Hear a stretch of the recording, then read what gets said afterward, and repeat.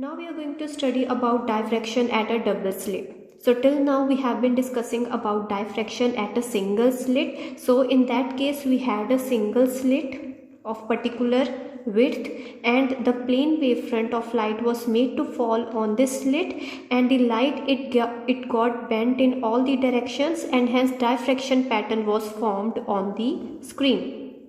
Now we are going to discuss about diffraction that occurs at double slit. So instead of a single slit, we will have two slits. So these two slits are shown over here. So these are the slits, and width of these slits is equal to small b. So the width of the first slit is also equal to b, the width of the second slit is also equal to b, and the distance between these two slits is equal to d. So the width of each slit is equal to small b, and the distance between the two slits is equal to d. So what happens in the case of diffraction at a double slit? So here we have two slits. So in the case of a single slit, we saw that in the case of a single slit, the exposed part of the wavefront, it can be divided into secondary wavelets, and the light waves which are emitted from these secondary wavelets, they got interfered with each other, and hence diffraction pattern was observed on the screen. So in this case of double slit, we have two slits. So one slit can be divided into secondary wavelets. Similarly, the second slit can also be divided into secondary wavelets, that is the exposed part of the wavefront in the first slit can be divided into secondary wavelets. So here I have shown 3 points. So you can have large number of secondary wavelets, but for simplicity I have shown only 3 points, and in the second slit also I have shown 3 points. So the light rays which are coming from these points, so the light rays which are coming from the secondary wavelets, in the case of first slit, they will get interfered and diffraction pattern is observed on the screen. Similarly, the light rays which are coming from the second slit, they will also form a diffraction pattern on the slit. And these light rays which are coming from one slit and the light rays which are coming from the another slit, they will get interfered. So in the case of Young's double slit experiment, we saw that we had 2 point sources which were in the form of slits. So there were 2 point sources, and light was made to fall on the screen from these 2 point sources, and hence interference pattern was observed on the screen. So in this case also we have 2 slits, and let's say the light ray which is coming from this top point of the first slit, this light ray, and this light ray which is coming from the one end of the second slit. So this light ray, first light ray, and the first light ray of the first slit, they will get interfered, and hence interference pattern is observed on the screen. So there is interference pattern, and second is there is diffraction pattern obtained. Now how diffraction pattern is obtained? As we have seen in the case of a single slit, that the exposed part of the wavefront, it can be divided into large number of secondary wavelets. So these secondary wavelets, they in turn emit secondary wavefronts which interfere with each other, and diffraction pattern is obtained. So this slit will also form its diffraction pattern. Similarly, this slit will also form its diffraction pattern. So the diffraction pattern in the case of double slit, so the pattern that is observed on the screen due to these double slits, so it is a combination of diffraction pattern. So the diffraction pattern that is obtained on the screen, it is a combination of diffraction pattern which is produced due to the secondary wavelets from each of the slits. So each of the slits, they will form its own diffraction pattern. And second one is the interference pattern due to the secondary wavelets from corresponding points of two slits. So as I have said, that if you take this first light ray coming from this first point of the first slit, and this light ray, the topmost light ray coming from the first end point of the second slit, so these two light rays, they will interfere. Similarly, the light ray which is coming from this central point and the light ray which is coming from the central point of the second slit, so these two light rays will also interfere. And is the case for this third ray of the first slit and this third ray of the second slit. So interference pattern is obtained due to the secondary wavelets from corresponding points of two slits. So here the light rays which are coming from the corresponding points, as I have said, the first point and the first point of the second slit, similarly the central point of the first slit and the light ray coming from the central point of the second slit. So they will interfere with each other and interference pattern is obtained on the screen. So the net diffraction pattern that is obtained on the screen, it is actually a combination of diffraction pattern. So diffraction pattern is obtained due to individual slits. So this slit will also have its diffraction pattern and this slit will also have its diffraction pattern, and these two light rays which are coming from the slits, they will interfere with each other. So the net diffraction pattern, the resultant diffraction pattern obtained on the screen is a combination of diffraction pattern which is due to each slit and then the interference pattern which is due to the light rays coming from the corresponding points of the two slits. So this is the difference of the diffraction that is obtained due to a double slit and the case of a single slit. So first of all, we are going to see the interference pattern that is obtained on the screen. So we will get two patterns. So those two patterns, they will superimpose on each other and hence net pattern is obtained on the screen. So first of all, we are going to see the interference pattern that is obtained. So let's consider this first light ray that is coming from this first point of the first slit. So this point of the first slit, so let's consider this point as A point and this point as B point, and similarly this point as C point and this point as D point. As we are going to consider the interference pattern, so we are going to consider the secondary wavelets which are emitted from corresponding points of two slits. So let's say I am taking this first light ray of this first slit and I am taking the first light ray of the second slit. So I have to take the corresponding points. So you can take the light ray which is coming from the central point. So then you have to take the light ray of the second slit which is coming from the second slit from the central point only. So you have to take the corresponding points. So now you are going to take any two light rays, one from each slit. So let's say I am taking the light ray which is emitted from the A point. So corresponding point is C point on the second slit. So I have to take this first ray which is emitted, which is originating from C point of the second slit. So I am considering this light ray, let's say this is represented by 1 and this light ray which is represented by 2. So now we are going to see that if at P point maxima is obtained or minima is obtained. So to determine if there is a maximum or there is a minimum, so in that case we have to find the path difference between the light rays which are reaching this P point. So P point is the observation point on the screen. So first of all, I am going to find the path difference between the light rays which are reaching the P point. So I am going to consider the first light ray, this one and this light ray. So now I am going to find the path difference between the light ray which is coming from A point and the light ray which is coming from C point. So to find the path difference, we always draw a normal.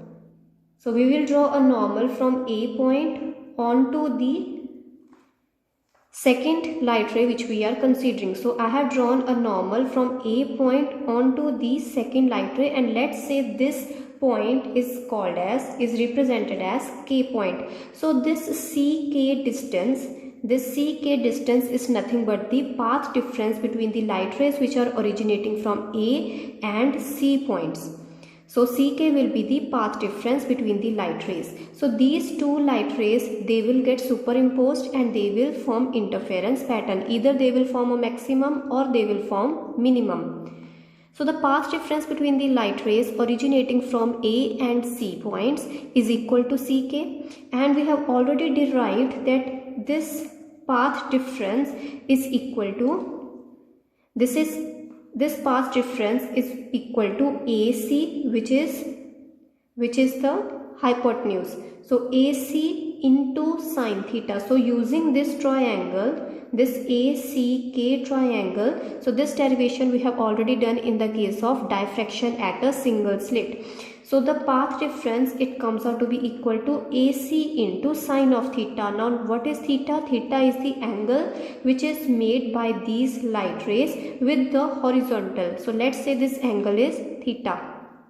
So this path difference between these two light rays will be equal to CK, and CK will be equal to AC, this total length AC, into sine of theta.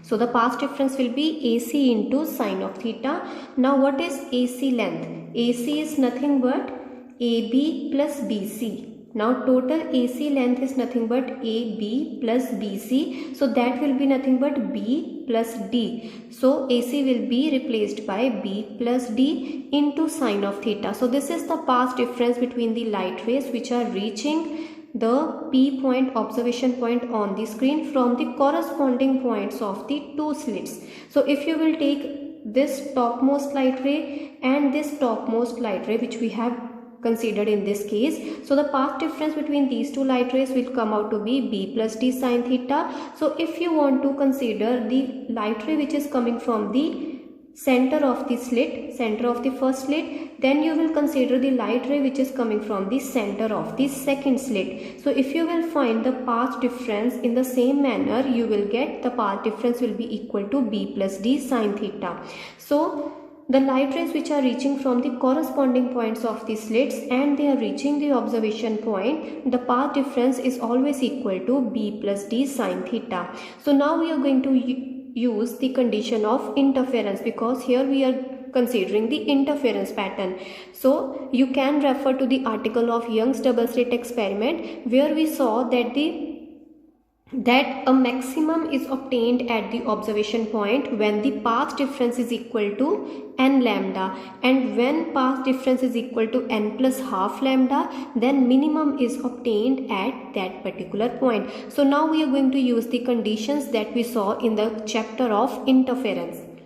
So point P is minimum for the case of interference pattern. Point P, this observation point, is minimum, that is there is zero intensity if the path difference between the light rays is equal to n plus half lambda, which implies this path difference B plus D into sine theta, that is equal to n plus half times lambda. So this is the condition of obtaining a minimum at P point.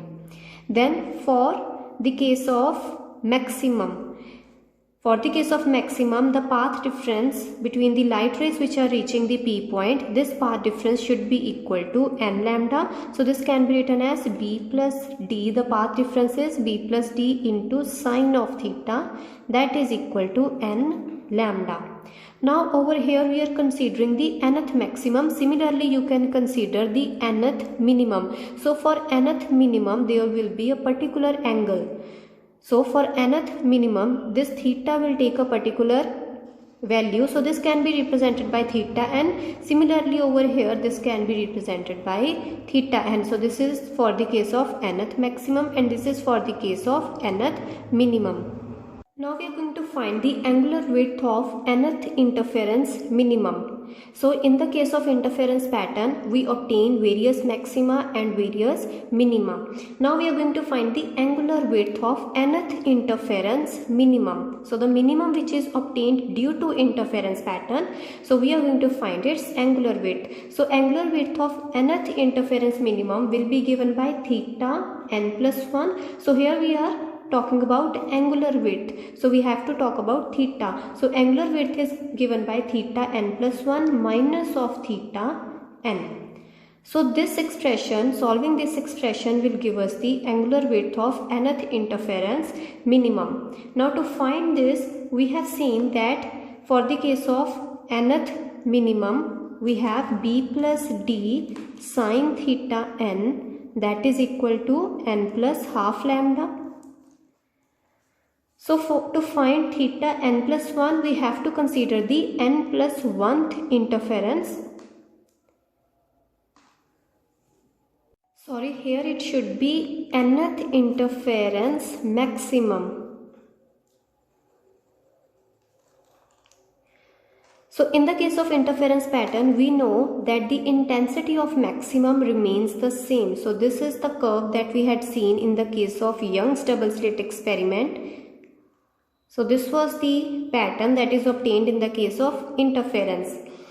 So here to find the angular width of nth interference maximum. So let's say this is the central maximum. So this is the position of central maximum. Now let's say we want to find the width of this maximum. So we want to find its width. So first of all we have to locate this minimum, then we will locate this minimum, and then we will subtract these two. So that will give us the width of this particular maximum. So to find the angular width of nth interference maximum, we will take into account first the nth minimum, then we will take into account n plus 1th minimum. So this is nth minimum and this is n plus 1th minimum. So doing the subtraction of both n plus 1th and nth minimum, that will give us the angular width of the nth maximum. So first of all we have used the condition of nth minimum. So nth minimum is obtained when b plus d into sine theta n, that is equal to n plus half lambda.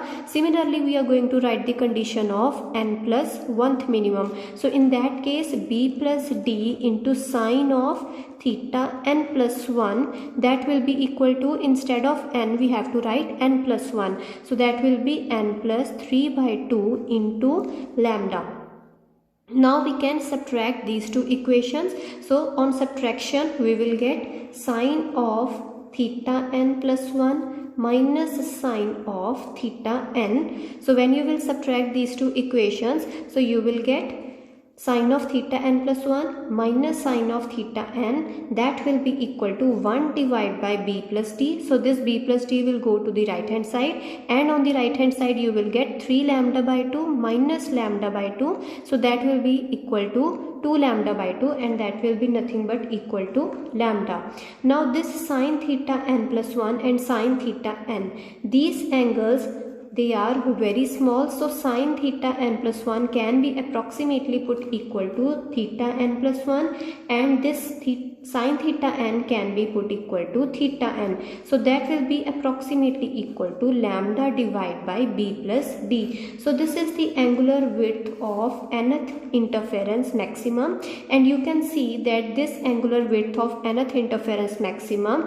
is constant. So if you will keep the lambda constant, that is the wavelength of the light is constant, then the width of the slit is constant and distance between the two slits is constant. So if all these factors are constant, the angular width of nth interference maximum will be constant. So all the maximum which are obtained due to interference, they will have the same angular width. Thus we can say the interference bands are equally spaced about the central maximum. So all the interference bands that are obtained, they are equally spaced. They have same thickness, or you can say they have same angular width. Now we have been considering the case of interference pattern that is obtained due to the interference of light which is coming from the two slits. But each slit, as we have seen in the case of diffraction at a single slit, we have seen that a single slit causes the light to bend and diffraction pattern is obtained on the screen. So now we have two slits. So diffraction pattern, so light will get bent from the first slit as well as it will get bent from the second slit.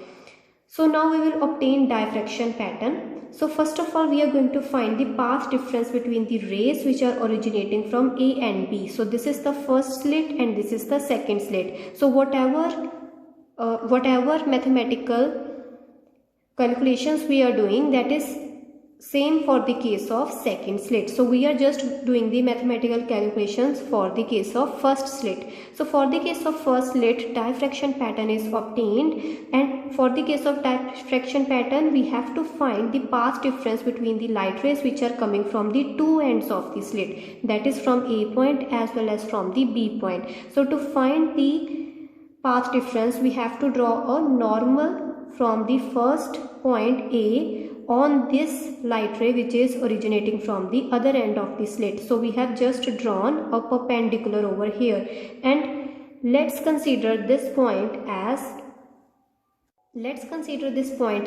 H.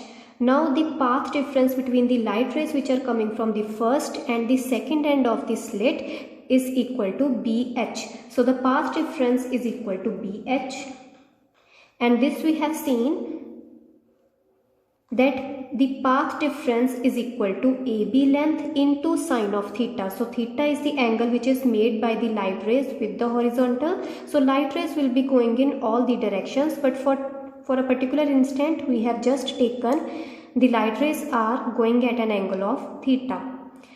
So what will be this BH length? So this is the path difference. So this BH length will come out to be equal to AB into sine theta. So that is equal to AB into sine of theta. So this is the path difference.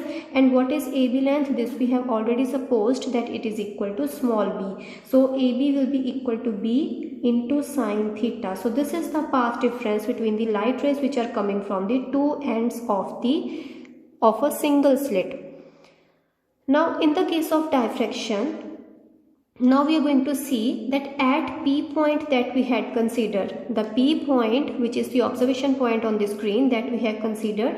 So at P point, due to diffraction, maxima is obtained or minima is obtained, and if maxima is obtained or minima is obtained, that is decided by the path difference. So at P point, due to diffraction, if minima or maxima is obtained, that is decided by the path difference between the light rays which are originating from the two ends of the slit. So if the path difference is equal to integral multiple of lambda, so in the case of diffraction, so keep in mind now we are looking at the diffraction pattern, so we have to use the conditions of diffraction that we have obtained in the case of diffraction at a single slit. So in the case of diffraction, if the path difference between the two light rays originating from the two ends of the slit is equal to integral multiple of lambda, then we obtain minimum. So the condition in the case of interference and diffraction, they are completely opposite. So if the path difference is integral multiple of lambda, then we obtain minimum due to diffraction, and if the path difference is equal to odd multiple of lambda by 2, then we obtain maximum. Now this is the pattern that is obtained on the screen due to the diffraction at double slits. So here we can see that the diffraction pattern, the overall diffraction pattern that is obtained, it is a superimposition of diffraction as well as interference. So these red peaks which are shown over here, these are due to interference of light rays which are coming from the corresponding points on the slits. And this dotted curve which is shown over here, the dotted curve, we can see that it is similar to the diffraction curve that we have already seen in the case of a single slit. So in the case of single slit, we saw the diffraction pattern, it comes out to be in the form of this structure, that we have a central maximum and then we have a minimum, then the secondary maximum is of lesser intensity, and similarly the second secondary maximum is of even lesser intensity. Similarly on the other side of the screen we obtain a similar pattern. So this is the diffraction pattern that is obtained in the case of a single slit. And in the case of Young's double slit experiment, we saw the intensity of the light on the screen is constant for all the maximas. These were the peaks that were obtained in the case of Young's double slit experiment, and in Young's double slit experiment there is only interference pattern which is formed. So this is the curve of intensity for the case of interference, and this is the curve that is obtained for the case of diffraction at a single slit, and in the case of double slit we get interference pattern as well as we get a diffraction pattern. So the resultant pattern that is obtained on the screen, it is actually a combination of diffraction as well as interference. So when you will combine these two curves, it will come similar to this form. So these peaks that are shown over here, these maximas, these are for the case of interference, and you can see that these peaks are not of equal intensities. As in the case of interference pattern, these maximas, they were of same intensity, but in this case we can see that these maxima, their intensity first is decreasing and then it goes to 0, and then it again increases, then again decreases. So you can see that this is similar to the case of a diffraction. In the case of diffraction also we get a maxima, then intensity decreases on the either side of the maxima, then it goes to 0, then again the intensity rises, but it rises to a lower peak. So this is the highest peak obtained. Then the secondary maxima that are obtained, their peak is at a lower height as compared to that of central maximum. So you can see that this interference, this diffraction pattern that is obtained for the case of a double slit, it is actually a combination of both diffraction and interference. So this is the whole principal maximum. This whole, from this point to this point, this is whole the principal maximum. As in the case of diffraction, we called this as the principal maximum, or we called it as the central maximum. So in this case, this whole region is called as the principal maximum, and principal maximum of double slit of diffraction pattern, it envelops a number of interference maxima and minimum. So in the case of principal maximum, this whole principal maximum which is obtained in the case of double slit, we can see that it contains various maxima and minima that are obtained due to interference. So the diffraction pattern, it actually envelops the maxima and minimum that are obtained for the case of interference. So number of interference fringes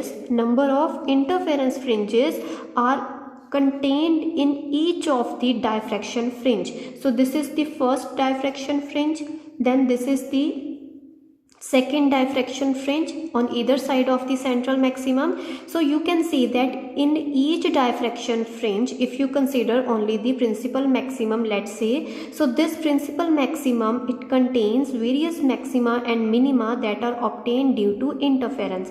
So therefore we have written that number of interference fringes are contained in each of the diffraction fringe. And we have also said that the principal maximum of double slit diffraction pattern, it envelops, means it contains a number of interference maxima and minima. So you can see that at this particular point, the intensity on the screen, it drops to 0, and this is because the diffraction has reached its first minimum. So at this point, the diffraction has reached its first secondary minimum. So this is the central maximum peak, and this is the first secondary minimum that is obtained due to diffraction. So as we had seen that there were interference maxima and minima whose intensity was decreasing gradually, and then at this particular point there was an interference maxima, but that interference maxima was overlapped by the diffraction minimum. So over here also, as we had seen in this case, the interference pattern, the maxima, they had the same intensity, but the intensity of these peaks, it varies due to the overlapping of the diffraction pattern in the case of double slit. So this is the case of Young's double slit experiment, and this is the case of a single slit. So when we combine these both structures, so we see that the peaks of the interference maxima, they are no longer constant as they were in the case of Young's double slit experiment. So these peaks are no longer constant, but they first decrease, and then again increase to a lower height and again decrease, and they again decrease. So we can see that the interference maxima, the intensity, it gradually decreases, and at one particular point the intensity it goes to 0. So over here we can say the interference maxima is missing. So at this point one fringe of interference maxima is missing, and that is because the diffraction has reached its first minimum. Similarly, at other places also the maxima of interference pattern will be missing. So that are called as the missing orders in the case of double slit diffraction pattern. So over here also one interference fringe will be missing, and over here also one interference fringe will be missing. So now we are going to find the order of the fringes that are missing in the case of double slit diffraction pattern. So there are various missing orders in the case of double slit diffraction pattern. So now we are going to look at what are those missing orders. So those missing orders, they are obtained when the interference maximum, as we had seen in the diagram that we had drawn previously, the interference maximum, it superimposes with the diffraction minimum. So the diffraction minimum is obtained at various points, and when the interference maximum it superimposes the diffraction minimum, in that case that particular order of the fringe is missing. So the condition of interference maximum, so we have already written the interference maximum is obtained when b plus d into sine of theta n, it is equal to n times lambda. And similarly we had written for the case of diffraction minimum, for the case of diffraction minimum b sine theta n prime. So we are taking order of the interference pattern, the interference fringe as n, and we are taking the order of the minimum of the diffraction as n prime. So if that is equal to n prime lambda, then we get a minimum in the case of diffraction. Now we are going to see if theta n is equal to theta n prime. So we have already said that missing orders, they are obtained when the interference maximum it superimposes on the diffraction minimum, that is this sine theta n will be equal to this sine theta n prime. So we can say that we can divide these two equations, and we will substitute theta n is equal to theta n prime, and we will divide these two equations. So we will get b plus d divided by b, that will be equal to n divided by n prime. So from this we can get the value of n. So n is the order of interference maximum. So now we are going to see which order of interference maximum is missing. So this is the formula that gives us the order of the interference maximum that is missing from the whole diffraction pattern. So n will be equal to n prime into b plus d divided by b. So this is the formula to find, general formula to find the order of the interference maximum which is missing from the case of the whole diffraction pattern. So now for simplicity we are going to consider that if b is equal to d, so let's say we are taking b is equal to d. So in that case n will come out to be equal to, so b is equal to d divided by b. So n will come out to be equal to twice of n prime. And this n prime, we already know this n prime, it takes values from 1, 2, 3, it takes integral values. So if n prime is equal to 1, then n will be equal to 2, and if n prime is equal to 2, then n will be equal to 4, and similarly if it is equal to 3, then n will be equal to 6. Means if b is equal to d, so if b is equal to d, then the second interference maximum, the interference maximum of second order, then of fourth order, then of sixth order will be missing from the diffraction pattern. So these second, fourth, sixth and so on, you will get, for n prime is equal to 4, you will get 8. That is second, fourth, sixth, eighth order interference maximum will be missing from the diffraction pattern, and this is only for the case when B is equal to D. So you can even put, if B is equal to twice of D, in that case also you can evaluate the various order of interference maximum that will be missing from the diffraction pattern. So this is how we obtain the missing orders in the case of double slit diffraction pattern. What are the differences between the diffraction pattern obtained by a single slit and that of the double slit? So in the case of double slit, we have seen that the diffraction pattern that is obtained, it is actually a superimposition of two patterns. One is the diffraction pattern that is obtained due to the single slit, due to each slit, and second one is the interference pattern. Whereas in the case of single slit there is only diffraction, whereas in the case of double slit there is superimposition of diffraction pattern as well as interference pattern. The second difference is that in the case of double slit, the principal maximum, it contains, or you can say it envelops, various maxima and minima of interference. So the principal maximum that is obtained in the case of double slit, that envelops various interference maxima and minima, as we had seen in the diagram before. The third difference is that in the case of single slit, in the case of double slit, the intensity of the central maximum, in the case of double slit, the intensity of the central maximum is equal to 4 times the intensity of the central maximum for the case of single slit. So in the case of diffraction at a single slit, we have only one slit and light from that slit is falling on the screen and diffraction pattern is obtained. In the case of double slit diffraction pattern, we have two slits. So the intensity of the light increases. So in the case of double slit, it has been seen the intensity of the central maximum is actually 4 times that of the intensity of the central maximum that is obtained in the case of a single slit. So these are the various differences between the diffraction pattern obtained due to a single slit and due to double